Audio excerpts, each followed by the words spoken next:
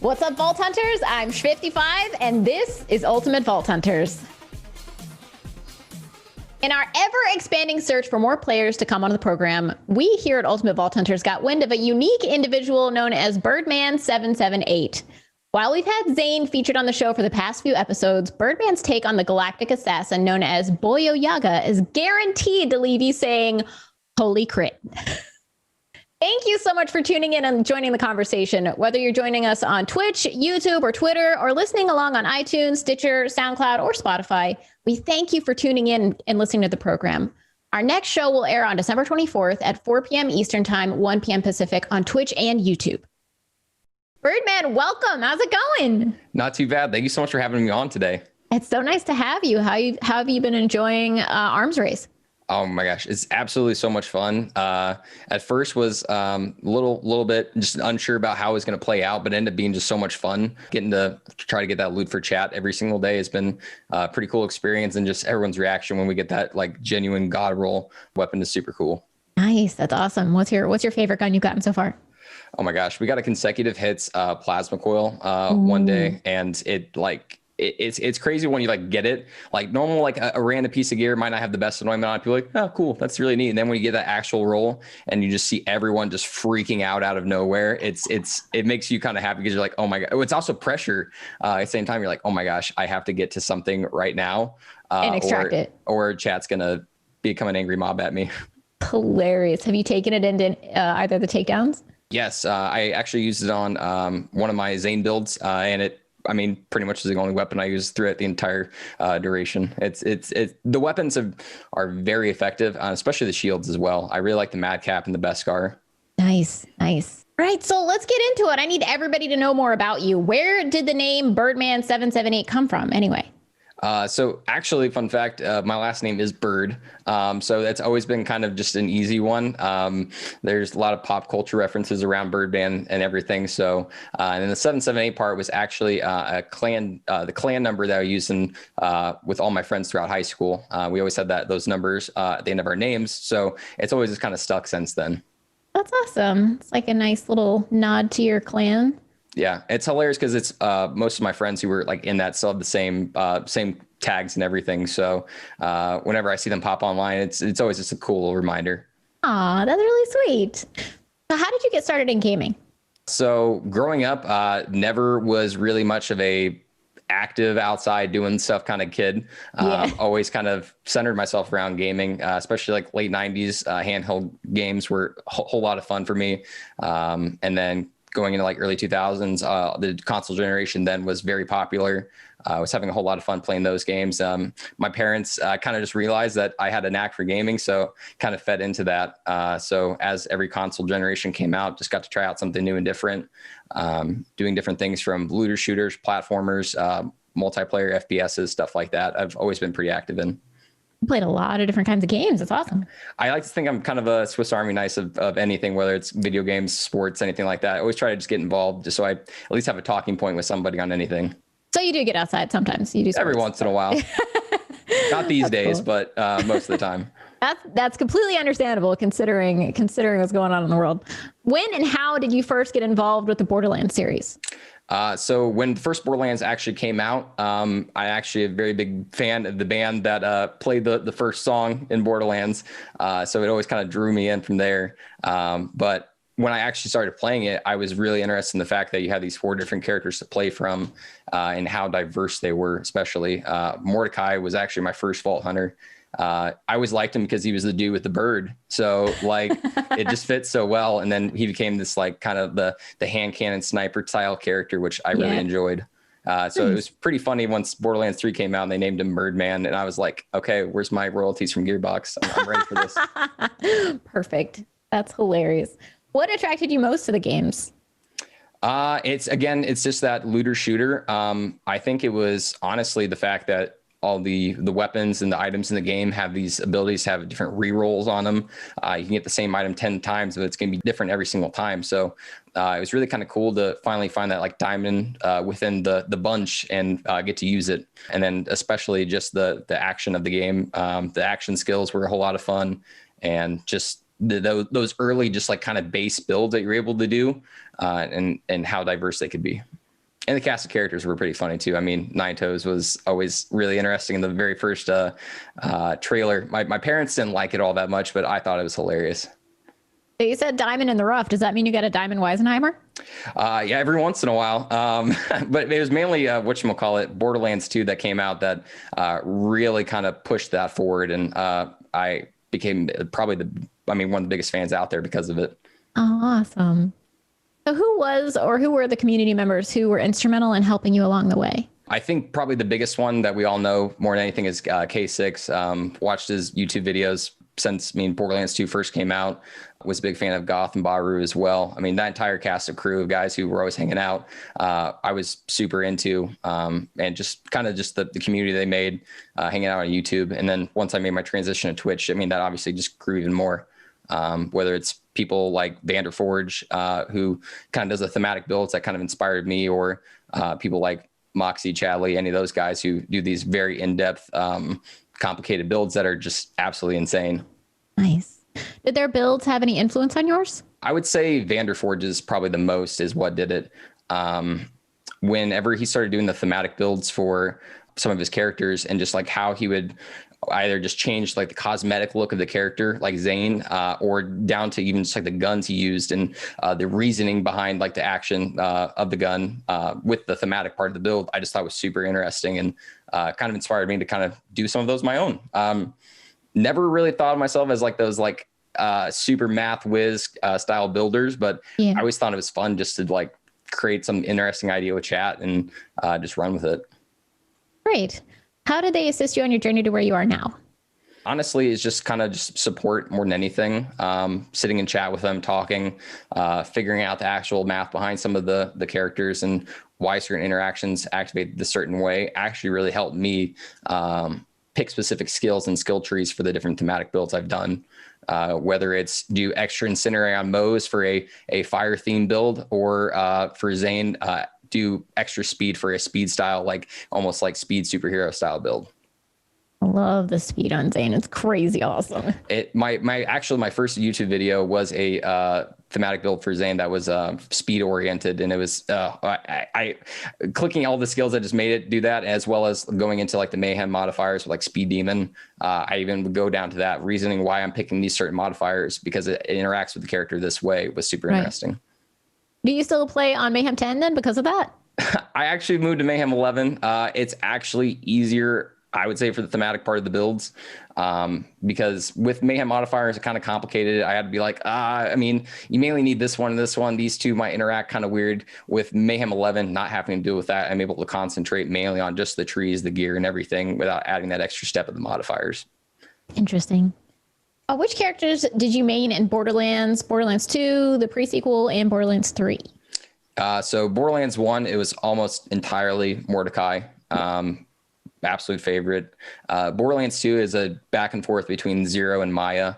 Maya was actually my first one that I used, and I always loved her just because of the elements with her tree and everything. I loved Phase Lock, and then once like Hammerlock DLC came out, you're able to get the Rough Rider that had the interactions with like her speed skills. I thought that was super cool. Zero was just a broken character that was just so much fun to play, especially with Boar.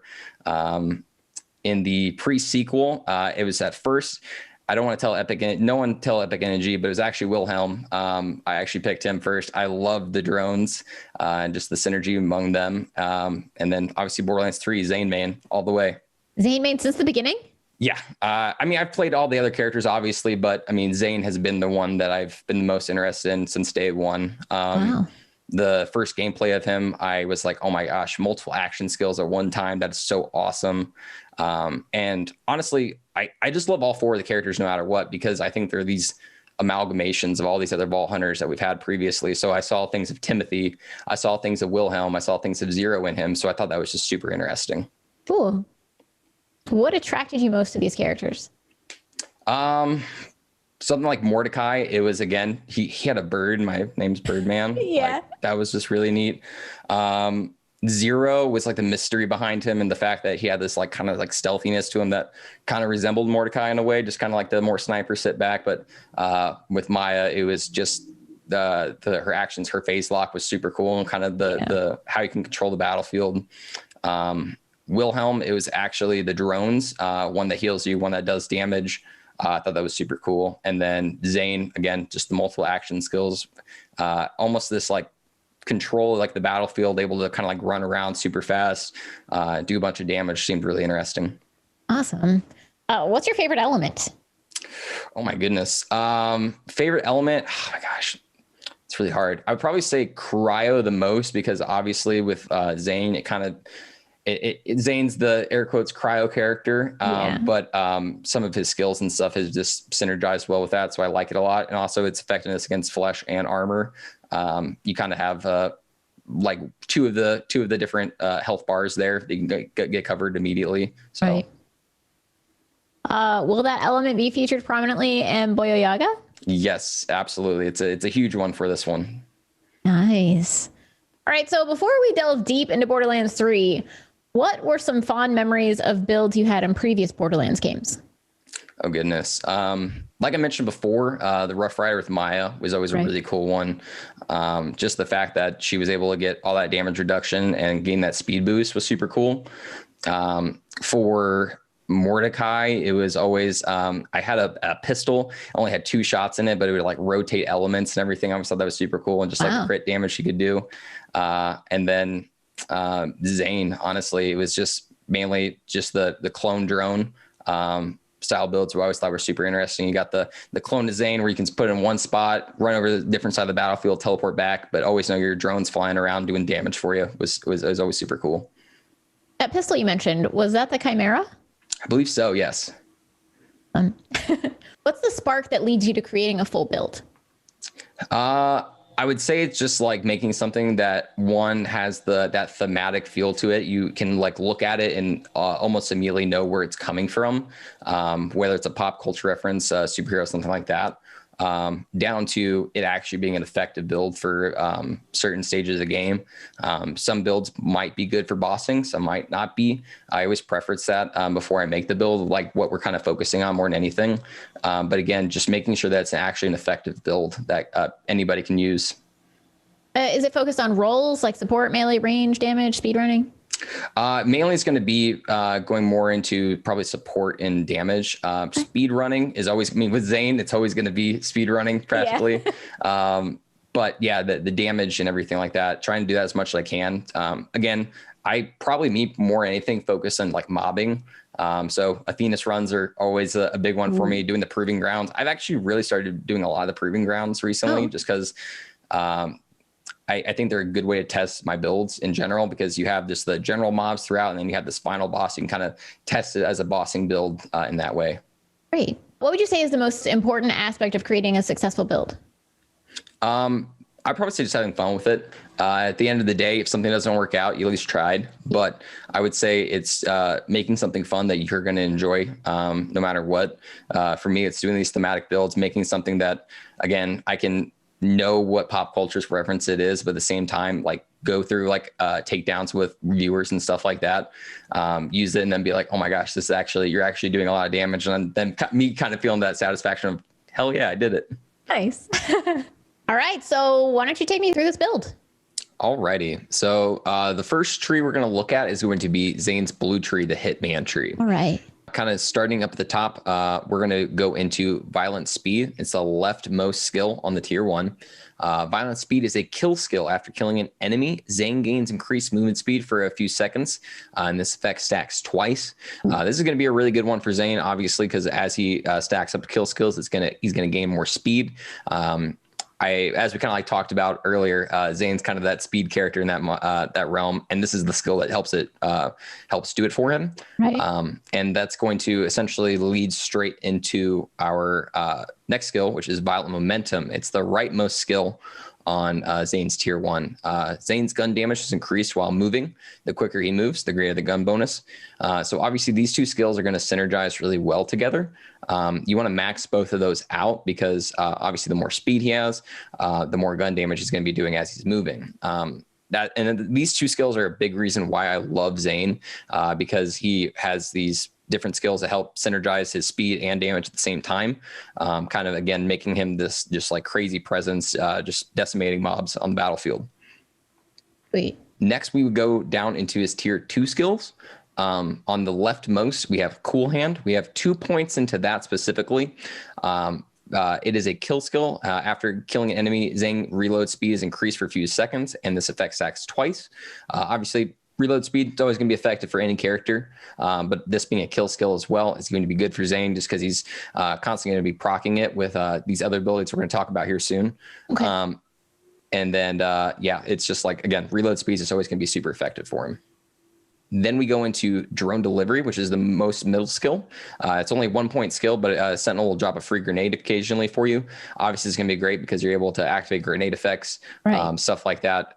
Whether it's, I mean, on my skill, I use the recurring hex, but again, you can kind of change up the grenade anytime you want, just because, I mean, your own play style. But I think the hex works most effective for Zane. Does that work with anoints too? Yes, so you'll be able to get those anointments off of it, and especially the anointment that we're going to have on our hex is going to really help out Zane with this build. Cool. The final skill for this tier is going to be Salvation. Kill skill. After killing an enemy, Zane gains lifesteal for a few seconds. We only need 1 point into that. And the reason for that is because he's going to be getting so much lifesteal from this anyway, from this 1 point. There's really no point in stacking up all the way to 5. And this also gives you 4 extra points to kind of play around with throughout the rest of the build. Fair. Awesome. Next, we're going to go down to his tier 3, which might be probably one of the most important skills in the entire build. See in Red. Activating an action skill automatically activates all Zane's kill skills. And the current effect also gives him a kill skill bonus of plus 15. In the past, until the most recent update, See in Red was the capstone of Zane's blue tree, but now it's been moved up into tier 3, so it's much more accessible for many players. But also it got that bonus of the kill skill bonus. Before it didn't have that. It was just whenever you activate your action skill, it just activates your kill skills. Now you get a bonus on top of that as well, which is an insane buff. You're not only getting it sooner in the tree, but also with a bonus. So awesome. This skill, more than anything, is probably like a huge one you have to always hit for this build.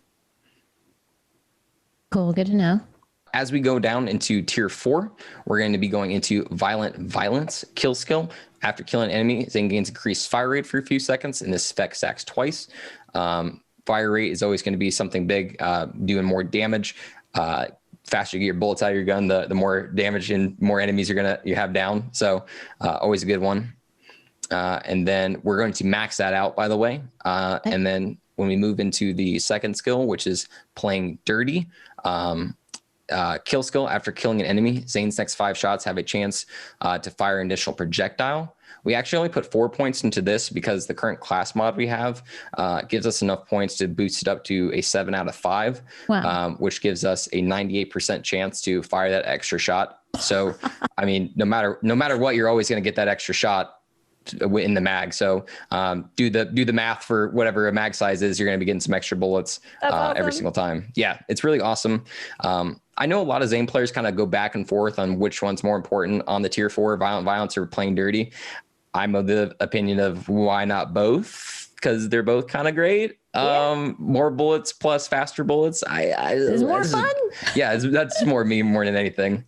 But yeah, so both of those are pretty effective, but also our class mod boosts both of those. So no matter what we're getting some much higher percentages from them. Sweet. Going into tier 5, we're going into Good Misfortune.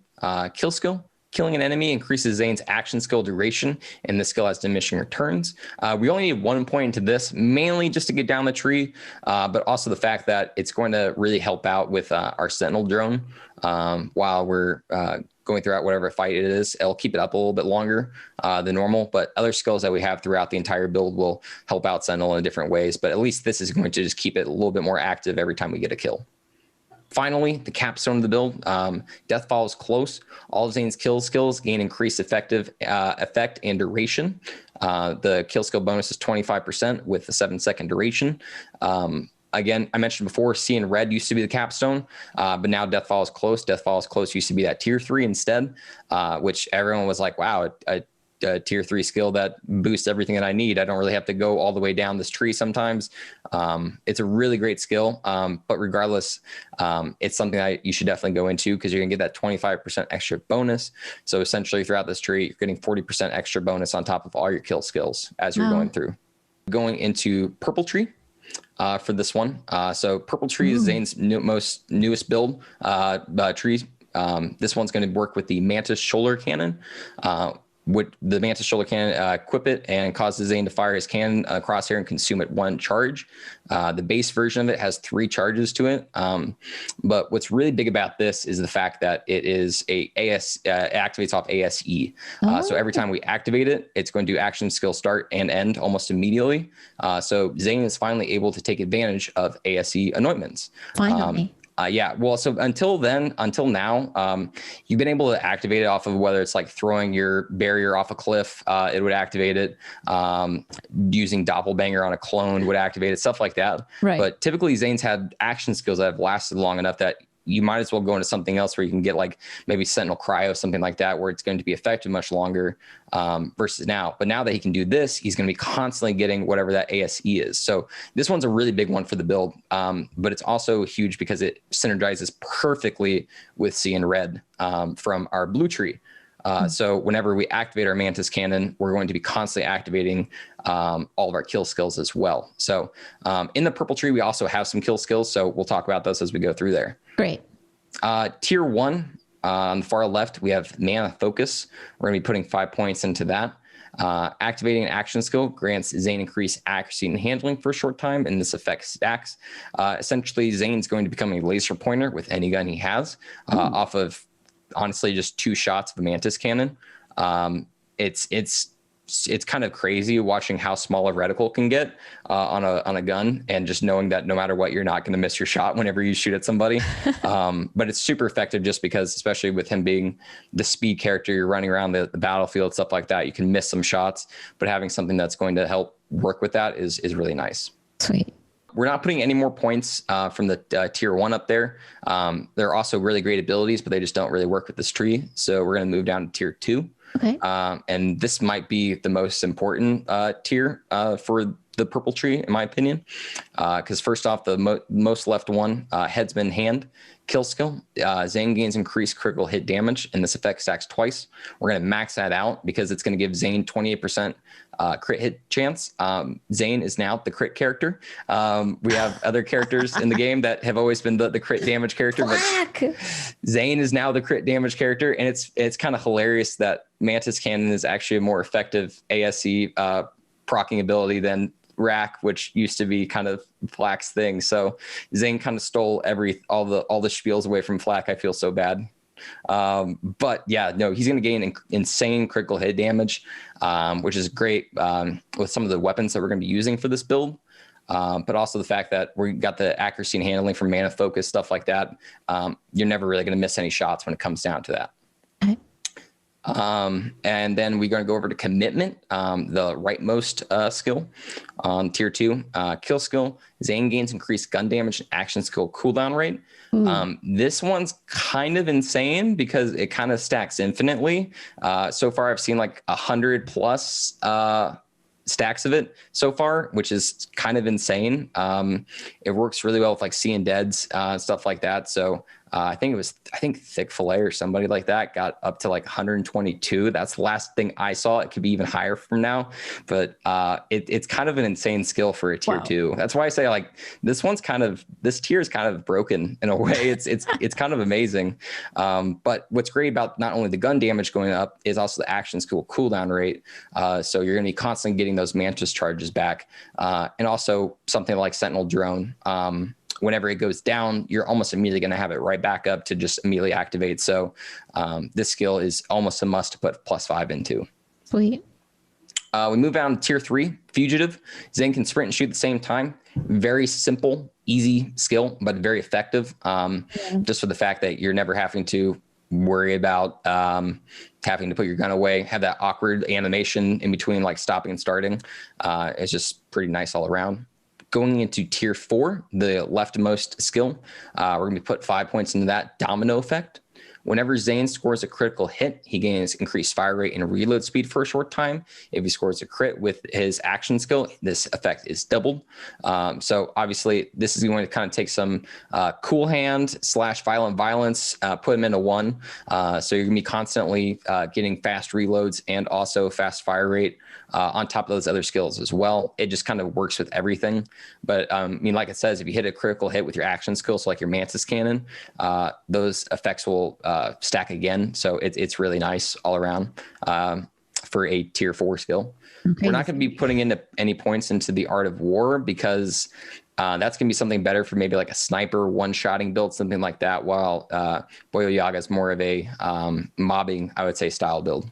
Okay. Into tier 5, we have 3 points into Sheer Will. Zane gains increased action skill cooldown rate, scoring crit, increases effect, and this effect stacks. Obviously, Zane becoming this crit damage character, this is going to be a super effective skill to constantly activate his Mantis Cannon, getting it refreshed. And again, simple things like Sentinel getting action skill cooldown rate as well. Almost immediately as it goes down, you're going to have like a 3-2-1 down the bottom, and it's going to be ready to go again. Right. And then the rightmost tree skill in the tier 5 is Eraser. So this is kind of that 0 skill. This is essentially Boar in a way. Zane, its critical hit pierces through enemies for all weapons, dealing increased damage for every enemy pierced. So almost exactly like how Boar was for 0 in Borderlands 2. It's the same skill. You're going to get a massive 120% per enemy pierced. Enemies like Wotan, I have one-shot the brain when it splits because it just kind of those pellets like bounce around in there and just do a bunch of damage. It's a really awesome skill. I mean, even on base mobs and stuff, I mean, you're going to shoot them one time in the head and they're gone. Wow. With pretty much whatever weapon you're using. But yeah, this is a pretty amazing skill, and I would almost argue it's worth putting into the capstone, but having as a tier 5 is AO good for me. And then finally, the capstone for the purple tree, Our Man Flint.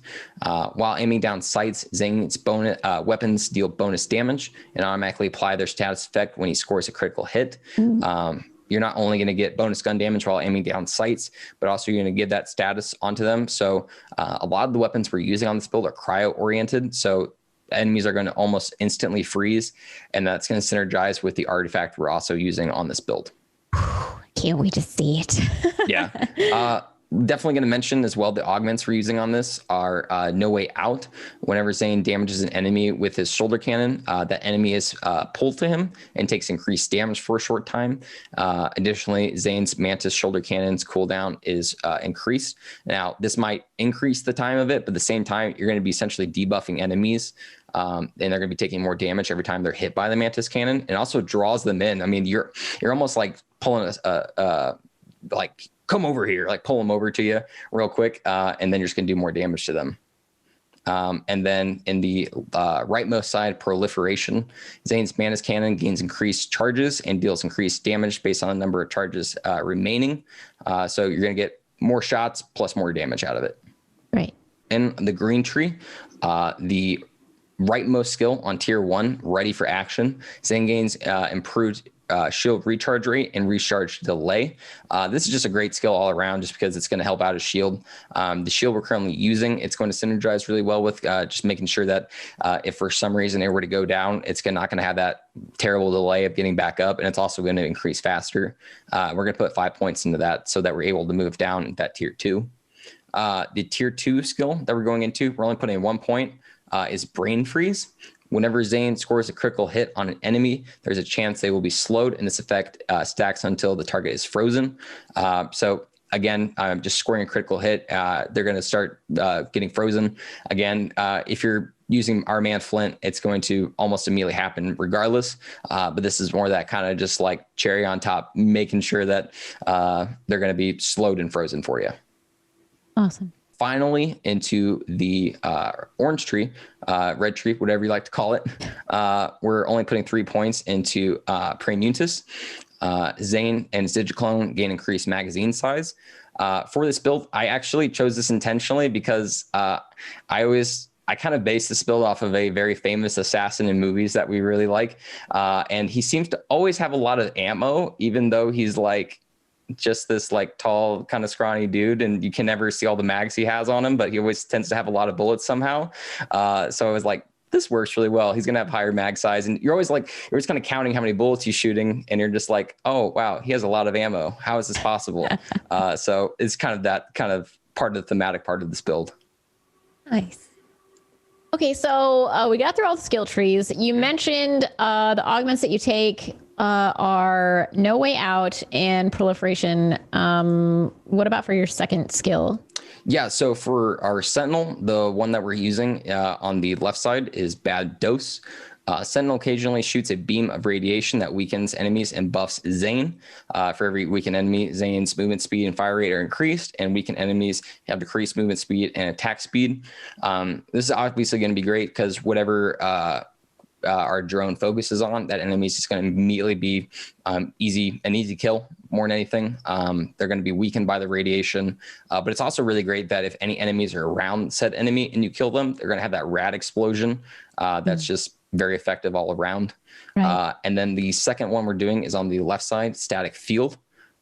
Sentinel emits a static field that sends a shock beam to nearby enemies, draining their shields and replenishing the Zanes. More than anything, this is to make sure our shield is staying up as much as it humanly can, and also weakening our enemies at the same time. Typically, Zane players kind of bounce around between all these different skills in the blue tree, which one you want. I would say, regardless, you should always have Bad Dose on, but Static Field's one that you can kind of change in and out. I would say the other thing that you might want to go into is Winter's Drone, or even Boomsday. Okay.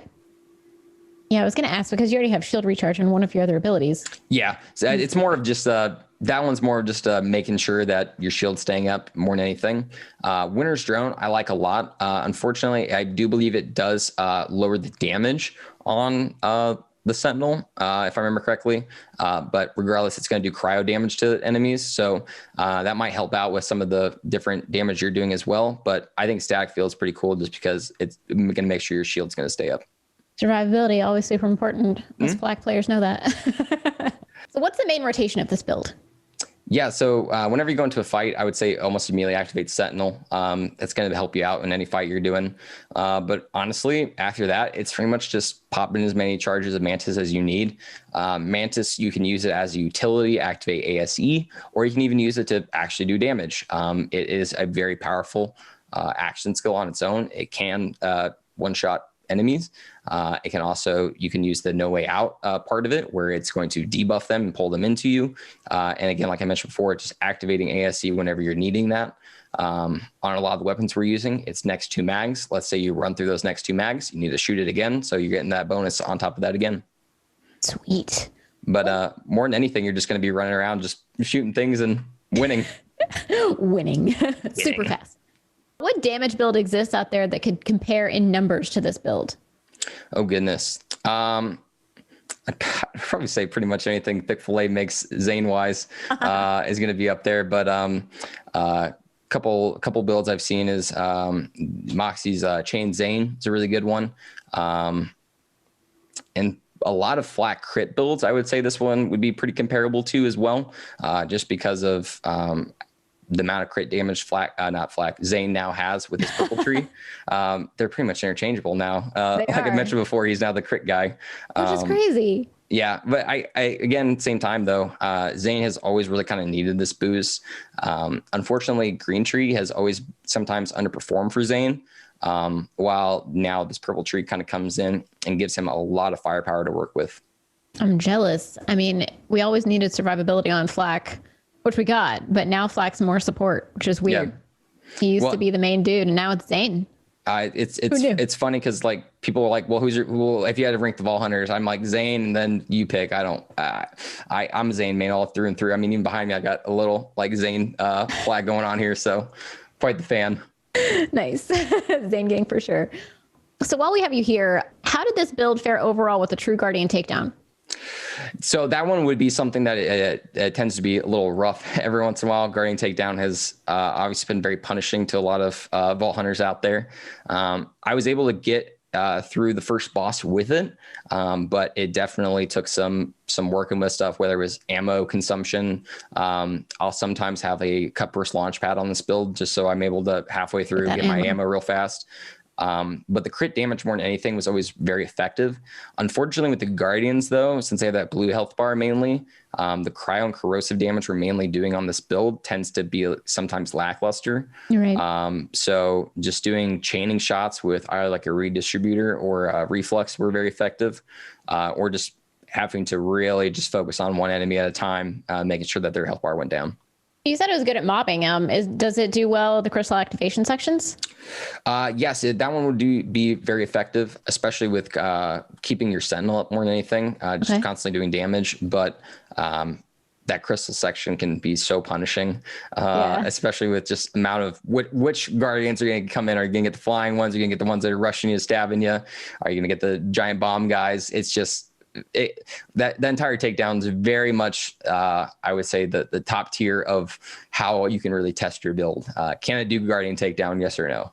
Yeah. So, but did it do well with anathema? You said you're using radiation and cryo. It's probably pretty good for the armor. Yeah, the corrosion part of it was pretty easy, especially using a reflux. The one I have on it has ASE cryo on it as well, so you get a little bit extra out of that. And especially with Zane's speed, whenever they would do that radiation field, and then when you shoot down the launch pad, the speed you get from that was almost enough that you can almost immediately drop it down one of their health segments.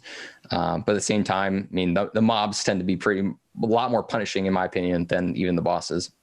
Yeah. What about Scourge the Invincible Martyr? How'd you fare on that one? That one was always pretty hard. I think when I first did it with this build, I clocked in at like 30 minutes on him.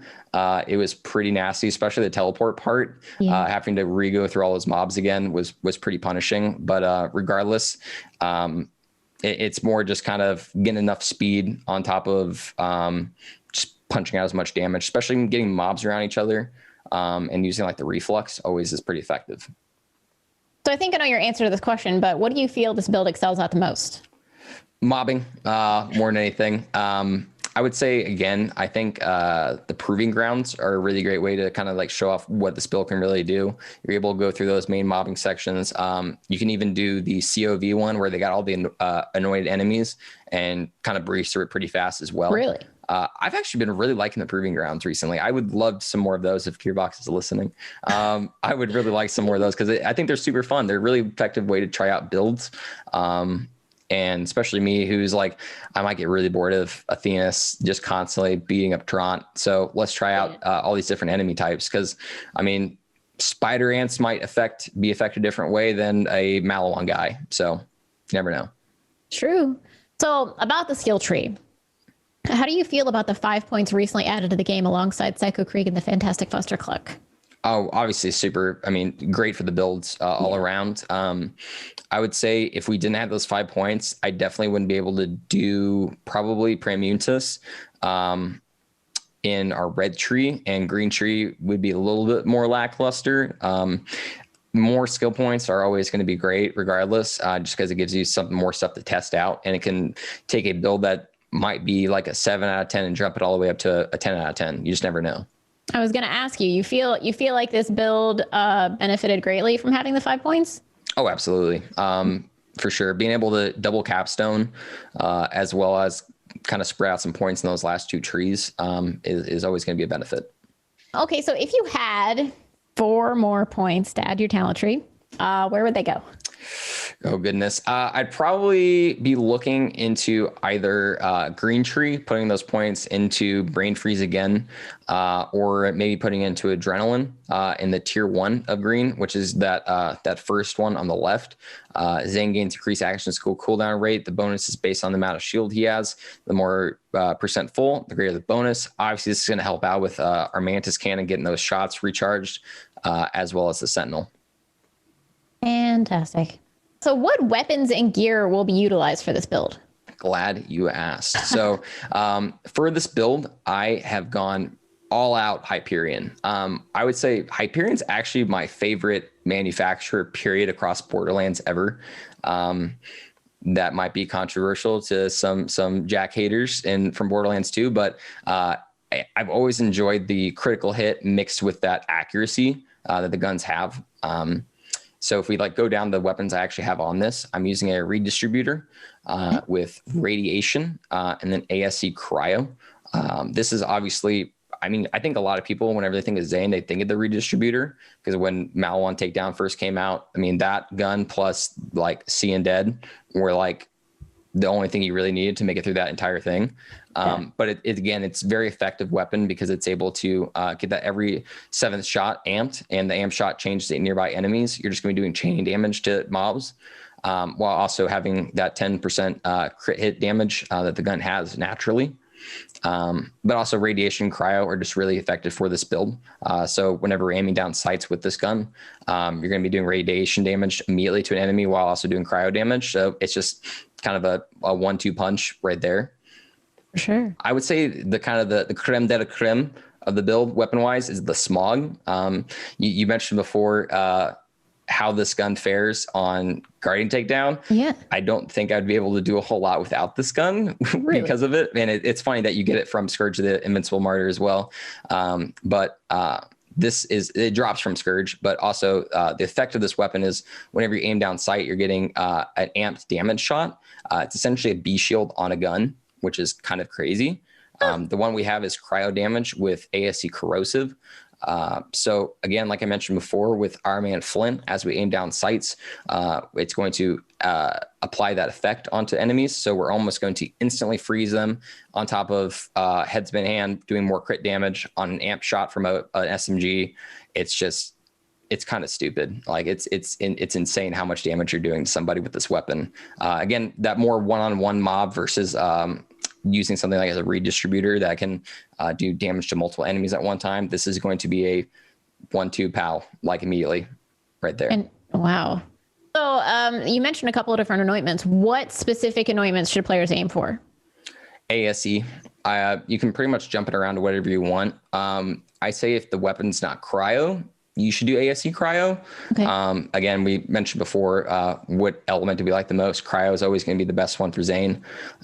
So I would say that the most, but if let's say the weapon is a cryo weapon, I would say corrosive, just because you're again getting that almost immediate damage to yellow health bars and red. Fantastic. What gear, if anything, is considered essential for this build? I would say the smog. I would say the conference call that we actually have on this build. I really like the conference call. It recently had a huge buff, and it really reminds me, especially stacked on with the eraser skill, it gives me early Borderlands 2 conference call vibes, where you're just almost immediately destroying someone with a couple shots. And then I would also say the executor class mod for this build. So a big thing with Zane, obviously, has always been See and Dead. See and Dead has always been the top tier. It's second to literally nothing. And right. Whatever the second thing might be is already immediately kind of a nerf to yourself. With the most recent DLC, adding in the spy comm, that kind of became a big one for Zane. But the executor has always kind of been around. Its effect is kill skill. Whenever Zane kills an enemy, he gains increased accuracy, handling, crit hit damage, status effect damage, and status effect chance. So, and also on top of the fact, we're also able to constantly activate our kill skills with not only Mantis plus See and Dead together. You're just getting this huge crit bonus on top of that, which is kind of insane. As well as the status effect damage and status effect chance that's going to go along with our man Flint. I would argue to say this is as good as See and Dead. I know people in chat right now are going to go LOL bird, but like, I'm serious. It's pretty insane. I would say since the 4 skill tree came out, I have not used a See and Dead or a spy at all. I haven't, because I've only been using the executor. It's so cool. Interesting. Okay, so are there any specific roles that you consider ideal as class specific passives on the mod? I would say a Hyperion crit is a huge thing. And then after that, it's essentially just like crit damage in general. And then just whatever the weapon type is there. On our Icebreaker Victory Rush, which the Icebreaker is actually a big part of this build as well. We have SMG damage, movement speed, and mag size. But a big thing about the Icebreaker that works really well with this entire build is the fact that you have increased damage to frozen targets. So again, we're going to be freezing pretty much every enemy we shoot. And then we're going to get an even bigger damage bonus on top of that as well. So I think that's another one of those like must-haves for the entire build itself. Okay. You mentioned earlier grenade mod. Can you go over that again? Yeah. So we have a recurring hex on this one. So this one's going to split into 2 grenades in flight, and it also spawns 3 MIRV grenades. The ASC we have on this is corrosive. So whenever that hex gets dropped and we activate our action skill, start to end, so meaning the Mantis Cannon, we're going to get that extra bonus corrosive on there. But the recurring hex we have is actually a shock one. So this is obviously going to be good that if it drops on an enemy that has a shield, it's going to strip it real quick for you, make that. It's going to essentially turn a 2-second kill into a 1-second kill. So this is more of a kind of just like a luxury item, I would say, on the build more than anything. Oh, so what shield do you use? So for this one, we're actually using the Rico shield. So typically the Rico you might scratch your head and be like, why? Well, this is kind of part of the thematic part of this build. Okay. Said character this is based off of always feels like he's getting shot a lot, but like never takes any damage whatsoever. It seems like these bullets reflect off of his nice crisp suit that he's fighting with in battle. And I kind of thought, I was like, the Rico kind of reminds me of that. It's kind of cool. The Rico effect is 50% chance to reflect projectiles while shielded, and then 80% chance to reflect projectiles while not shielded, and then a 30% chance to reflect projectiles while shielded. So bullets are always bouncing off of you. It's hilarious to fight Wotan whenever he splits, because the top part will shoot those shots at you, and I'm just like watching them bounce off me, and I'm just like kind of like laughing as I'm just freezing him slowly until he hits the ground and then finish him off. I thought it was really cool, just again for the fact that you're gonna be running across the battlefield, doing all this damage, and the bullets are just reflecting off of you. If your shield were to go down, you have ready for action to help get it back up. But also the fact you have salvation, that's going to essentially keep your health up in that meantime. Cool. So what could be a suitable stopgap until I have the optimal loot needed? I would say still Hyperion weapons are going to be very effective for this. Anything that has crit damage on it are going to be something. So like, let's say like an Unforgiven would be very good for that. Something like that. I would say like Maggie even as well. I actually tried this build with a Maggie and it worked very well. But pretty much anything that you're able to really take advantage of that crit damage from Headsman Hand and just the purple tree in general. Awesome. What guardian rank talents should players focus on to get the most bonus stats for this build? Pretty much going to anything and fight for your life, I would say, is the most important, just for the fact that if you were to go down, you definitely want to make sure you have the skill that allows you to aim down sights while you're in fight for your life.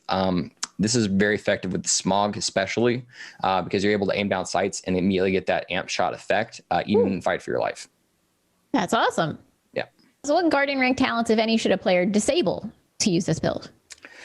I don't think there really is any that you really need to disable. I think all of them are going to work no matter what. This build, I would say, is more focused in the skill tree and the equipment rather than Guardian Rank. Guardian Rank, again, I think is going to be one of more of those luxury things that are going to just help you along the way with little things here and there. All right. So when spending a Guardian token, what are the stats the player should focus on spending the tokens on? I would say you should absolutely go into Enforcer more than anything. Just go down that line. Any of those skills are going to be very effective. As well, mainly because it's going into crit damage and stuff like that. Right, for sure. Are there any Mayhem modifiers that one should keep an eye out that will enhance this build if we're playing in Mayhem 10 or lower? Yeah, I would say Speed Demon, almost a me must. Honestly, if we had an ability to control our Mayhem modifiers and which one specifically we would want, Speed Demon would always be on everything I have. Increased speed whenever you get kills is super great. In the medium tier, I would say Healy Avenger, because it's just that simple heart that you can shoot. Like, let's say you're in fight for your life, you see one, you can shoot it, get yourself back up. But also just the fact that it doesn't really have any downsides to you other than if it hits an enemy, it's going to, heal all their health. But at the same time, this build, it doesn't really matter. Like, you're going to knock them back down here in a quick second. Nice. In the hard section, I would say Drone Ranger, because it's just another one of those items that you can kind of shoot, get yourself back up if needed. Or even Ticked Off, I would say, could be okay every once in a while. You're not going to get as much of that status effect damage from like Army and Flint and from the Executor. But at the same time, the crit damage you're already doing is going to be more than enough. And then in the very hard buddy system, I would say, again, it's just another one of those items that you can just shoot real quick and get a revive. Or I would say Death Falls Close. Not Death Falls Close. Wow, that's an ability. I can't remember what it's called now. I've been using Mayhem 11. I'm already forgetting what everything is. One where death's following you around. I would say that one, just because it doesn't really have any downsides other than if it touches you, you're dead. Other than you die instantly if it gets. Yeah. Okay, so how did you test this build?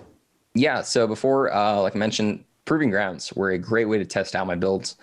I've been doing a lot for most of my thematic builds, again, because I'm able to test them out against different enemy types. I can do just an all creature run. I can do an all Malawan guy run. I can do COV run, stuff like that. See who it's more effective against. With this build specifically, I did the COV run, and I noticed the anointed enemies were kind of tough with this build, especially the COV. Oh my gosh, I'm forgetting the name off the top of my head. The Goliath right. was a little difficult, but all the other ones, smaller head hitbox for crits, was much easier to do. But also Malawan takedown, always. You not only have the heavyweights that are going to be elemental immune to some effect, but also you have like the Valkyries that are kind of tough characters, as well as Wotan himself. Nice. What were some of the initial impressions when you first tested this build? Oh my goodness, look at all this damage I'm doing. Wow, this is actually working. Oh my gosh, I finally did it. I mean, honestly, that is what it was. It was like, it's kind of crazy. So when we were first getting the skill trees released before it was even out, I was in the Borderlands.com testing out all the builds and everything, seeing what I could do skill point wise.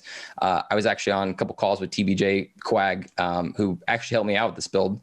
And we were just sitting in calls for hours, just like figuring out what points should we put here, going all the way down. That was super fun to do. Nice. But the fact of us doing that and then actually getting it in day one, put those points in, go and doing a proving ground and immediately working, I was like, oh my gosh, this is so awesome. Awesome. What did the numbers look like compared to similar builds, both ones you've crafted and ones you've seen other community members display? I would say it's definitely up there. I've been seeing a lot of people using the spy column. I would say the spy column is going to probably keep like whatever your other action skill up a little bit better. A lot of people were using barrier instead of the sentinel drone. Reason why I picked the Sentinel is part of the thematic part of this build. Said suave assassin has a little dog friendo that always is with him. So I was like, this is like our dog, helping us out in different fights and stuff like that. But I was noticing barrier is obviously going to be very effective. Once you have it on you, you're going to get a damage boost from it. So obviously it's going to be a little bit more damage. But again, like I mentioned before, when it came down like shields on enemies and stuff like that, it's a difference between 1 second and 2 seconds. Like and that's been pretty much the same thing with barrier. You're still just absolutely decimating everybody. Sweet. Do you feel that there are any changes that Gearbox can make to the game that would further refine this build without making it drastically over or underpowered? The Mayhem modifier, I would say, is the biggest thing. Giving players that control, I think, is a huge thing, and it would be very beneficial to everybody. I think what is so awesome again about Borderlands 3 is it's this, all the characters are these amalgamations of all these other Vault Hunters. So we already have all this control of what we want to do. Do we want to have a build that's kind of reminds me of Zero? Do we want a build that kind of reminds me of Accident, stuff like that? But adding that control in the Mayhem modifiers, like someone like I mentioned before, I would love to have Speed Demon all the time. I would love to have Healy Avenger all the time as well. I would like something that, like, if I know if I go down, I can look up, see the full heart, shoot it, and get right back up. I would say that more than anything.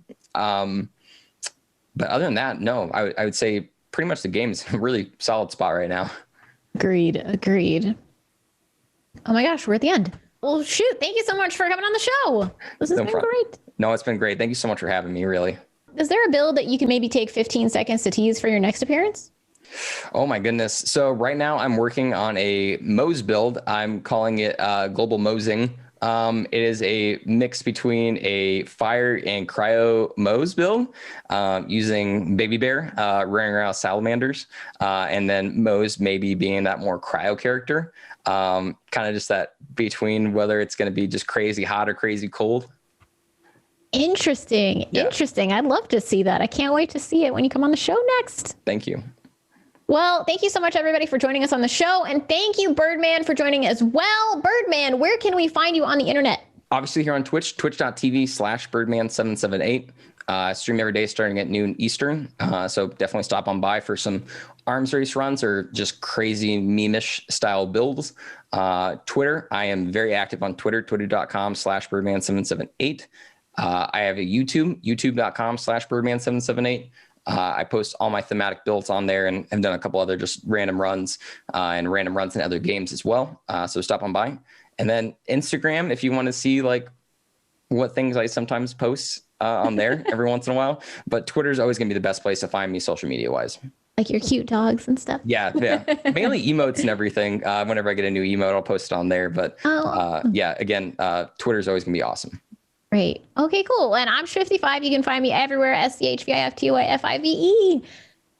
Oh my goodness. Thematics and spectacle abound. Byrdman's Boyo Yaga build promises to deliver new heights of extreme damage, utilizing the full power of Zane's new skill tree and the Mantis shoulder cannon. For creating exceptionally viable endgame builds centered around intriguing themes, I award you the title of Ultimate Vault Hunter. Thank you so much. The much discussed fourth skill trees are out now as a part of the Designer's Cut and Season Pass 2. And if you enjoyed today's episode, make sure you pick up the new DLC today. Thank you so much for joining us on Twitch, Twitter, YouTube, Facebook, iTunes, Stitcher, Spotify, and SoundCloud.